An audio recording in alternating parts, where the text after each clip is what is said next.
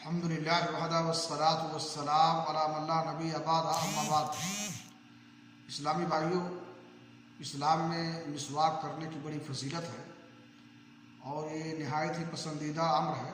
اس لیے مسلمانوں کو چاہیے کہ زیادہ سے زیادہ مسواک کرنے کا اپنا معمول بنائیں اور ہر نماز سے پہلے مسواک کریں۔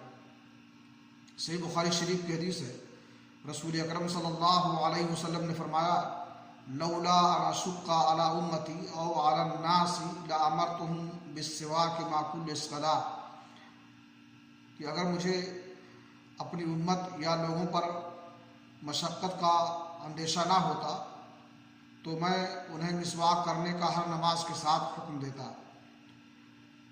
اس حدیث سے بھی معلوم ہوا کہ اللہ کے نبی جناب محمد رسول اللہ صلی اللہ علیہ وسلم اپنی امت کے لیے بہت ہی شفیق اور مہربان تھے، اس لیے انہیں وجوبی طور سے نماز سے پہلے مسواک کرنے کا حکم نہیں دیا، لیکن استحباب کے طور پر آپ نے اس کی ترغیب دلائی ہے اور مسواک کرنا چاہیے ہر نماز کے ساتھ، اس طرح سے وضو کے ساتھ۔